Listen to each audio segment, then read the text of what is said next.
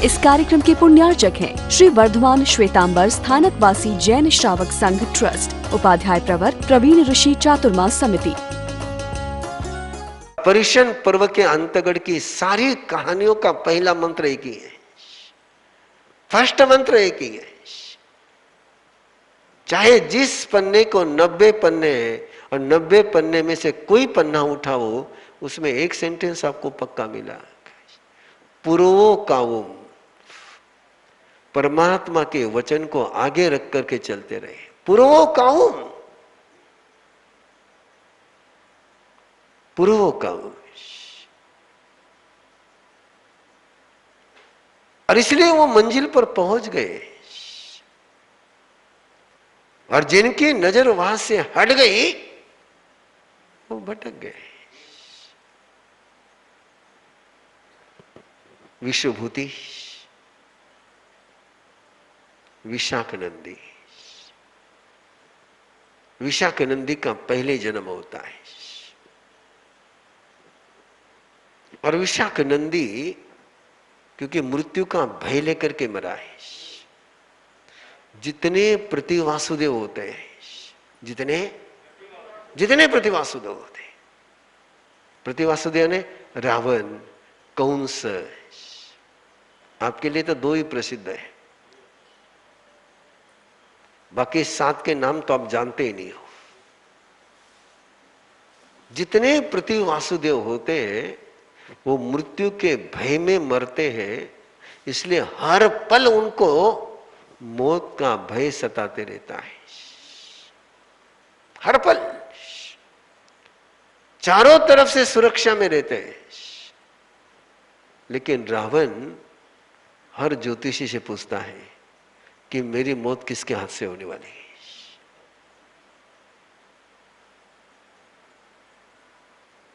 कंस हर व्यक्ति से पूछते रहता है कि मेरी मौत किसके हाथ से होने वाली है। क्यों? मरण के भय में मरे। जो मरते तो सभी है, लेकिन कुछ मृत्यु के भय में मरते हैं, उनको मरने से डर लगता है। जीने में भी हर पल उनको लगता है, हर पल लगता है कि पता नहीं कैसे मरूंगा, कब मरूंगा, कैसे मरूंगा, कब मरूंगा, कौन मारेगा। ये फोबिया है। क्या कहते हैं इसको? फोबिया कहते हैं, कि समझ में नहीं आता है। और ये फोबिया आप देख सकते हैं अपने आसपास बहुत है। मेरा तो इन लोगों से मुलाकात होती रहती है, वो शिविर के कार्यक्रम चलते, बोले मतलब सब पानी का बहुत डर लगता है। कारण केवल एक है, आगम केवल एक ही बात कहते हैं, पिछले जन्म में कहीं पानी में डूब करके मौत हुई होगी, वो डर लगता है।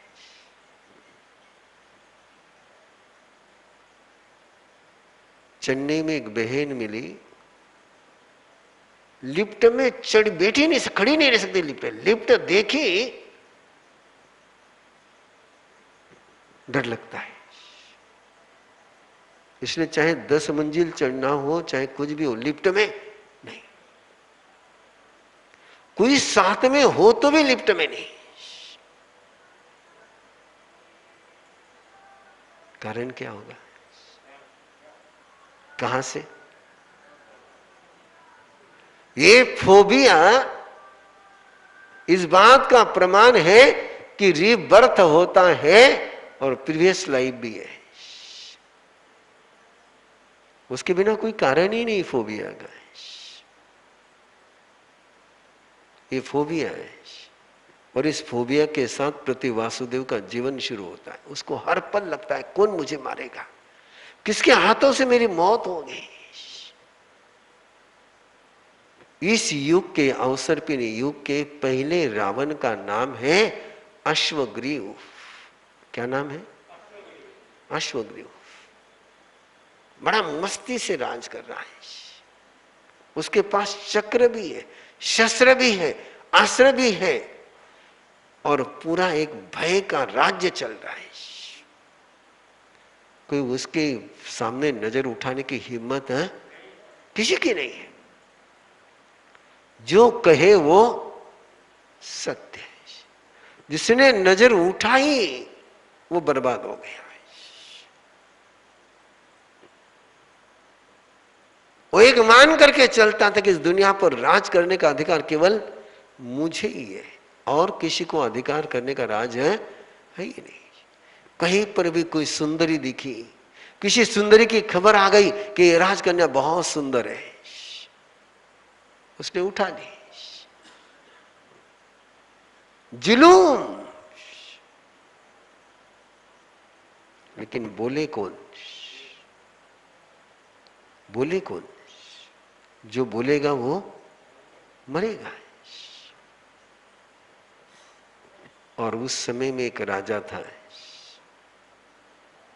उसका बात का नाम प्रजापति है। कहानी में छिपा करके चल रहा हूं। इस कहानी का एक ऐसा पन्ना है कि मैं बोल नहीं सकता।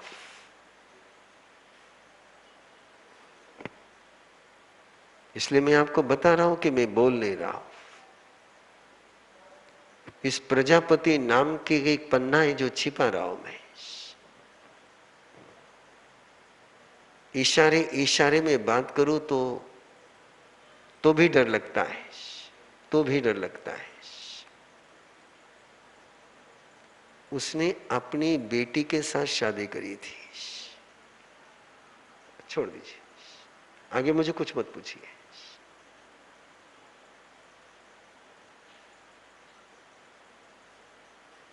अब डिटेल बोलना कितना भारी है सोचो।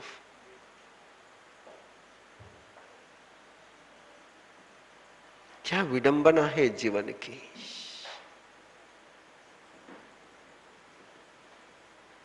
क्या विडंबना है जीवन की। इसलिए मैंने कहा कि मैं छिपा करके चल रहा हूं। बोलने की मेरी हिम्मत ही नहीं होती है, और इसलिए उसका नाम प्रजापति पड़ा था। पोतनपुर का वो सामंत था, अश्वग्रीव का सामंत था। लेकिन उसके दिल में एक तमन्ना थी, उसके दिल में एक भावना थी कि इस अश्वग्रीव की अक्ल ठिकाने लगाने वाला कोई जन्मे।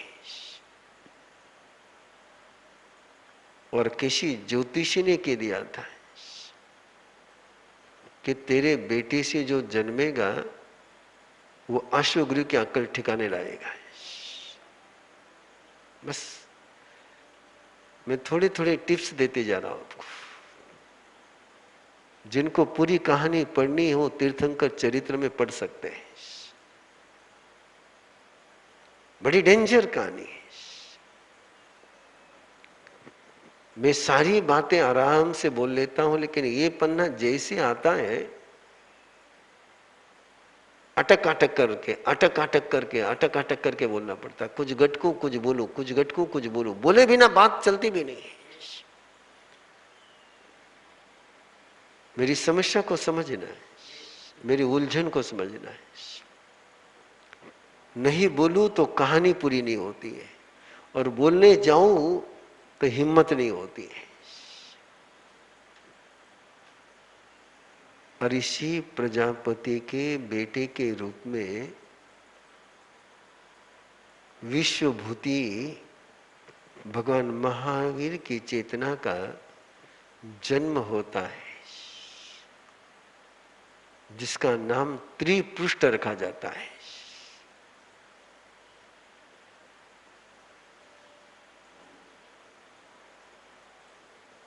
अचल उसका बड़ा भाई है।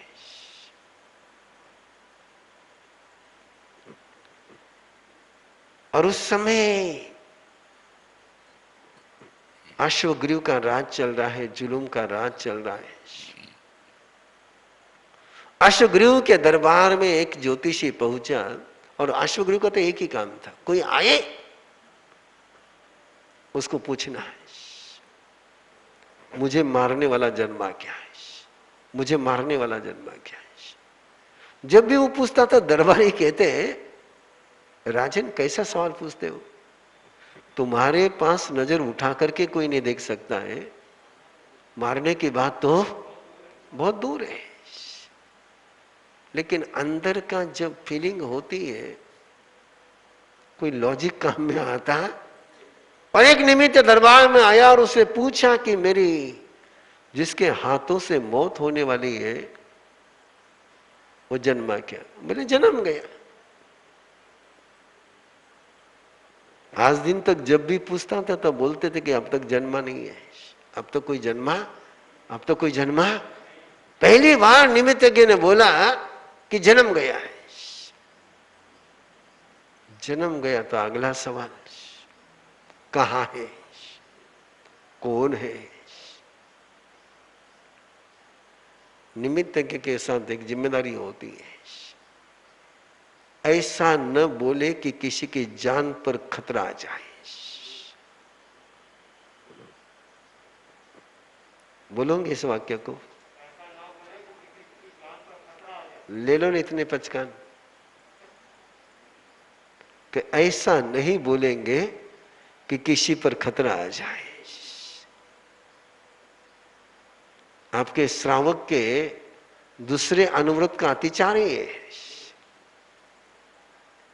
किसी का रहस्य प्रकट नहीं करूंगा, किसी का मर्म प्रकट नहीं करूंगा, किसी का गुप्त रहस्य जुबान पर नहीं लाऊंगा।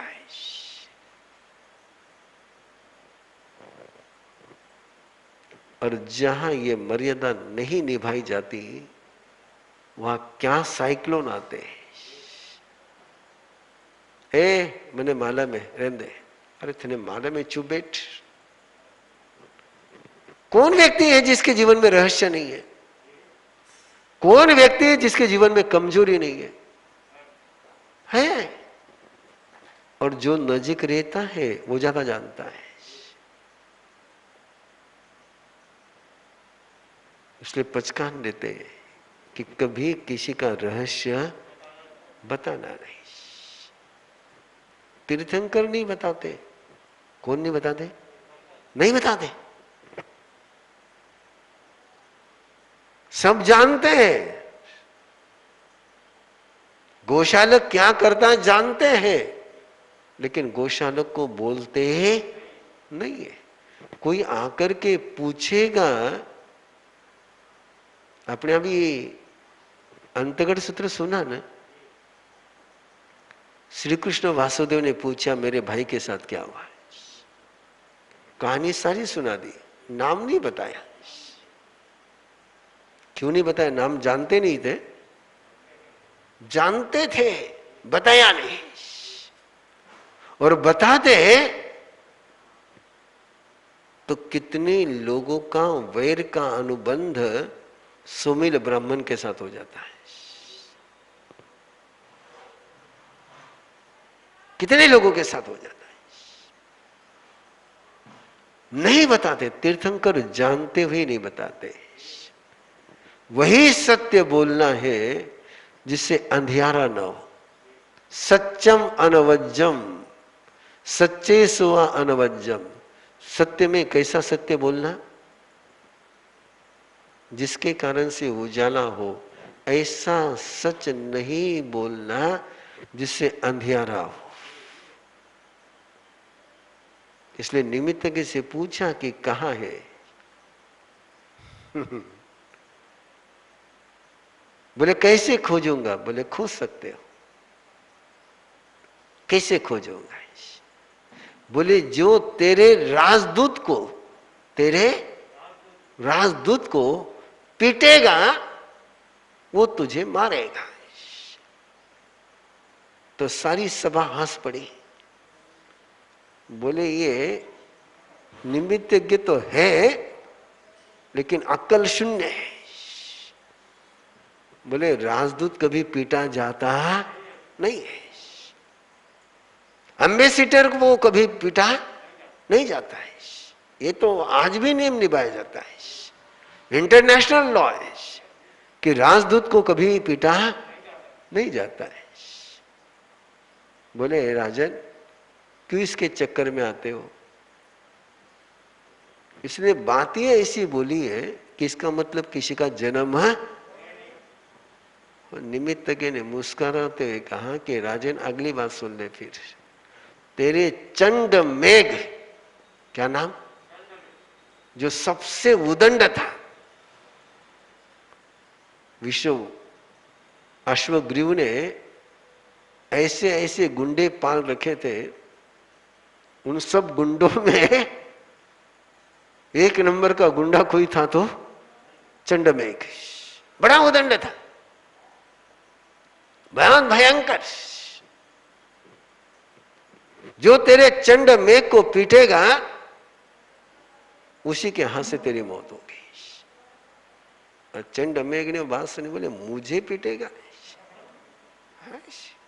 इतनी हिम्मत? देखता हूं, बोले मुझे कौन पीटेगा। देखता हूं, बोले मुझे कौन पीटेगा। राजन, मैं जाता हूं, पूरे राज्य में घूमता हूं और किसकी हिम्मत होती मुझे पीटने के देखता हूं। बोले मैं पूरा दौरा कर करके आता हूं, तब तक इसको पकड़ के रखना, बोला छोड़ना मत इसको। निमित्त कहने का no problem, I have no problem. मैं इतना ही कहता हूं तू पिटा जाएगा। बोले मैं पिटा जाऊंगा? मुझे पिटने की हिम्मत? राजा को तो खोजना था कौन पीटता है। चंडमेघ किसकी खोज में चला है? कौन मुझे पीटता है? आप किसको खोजते हो?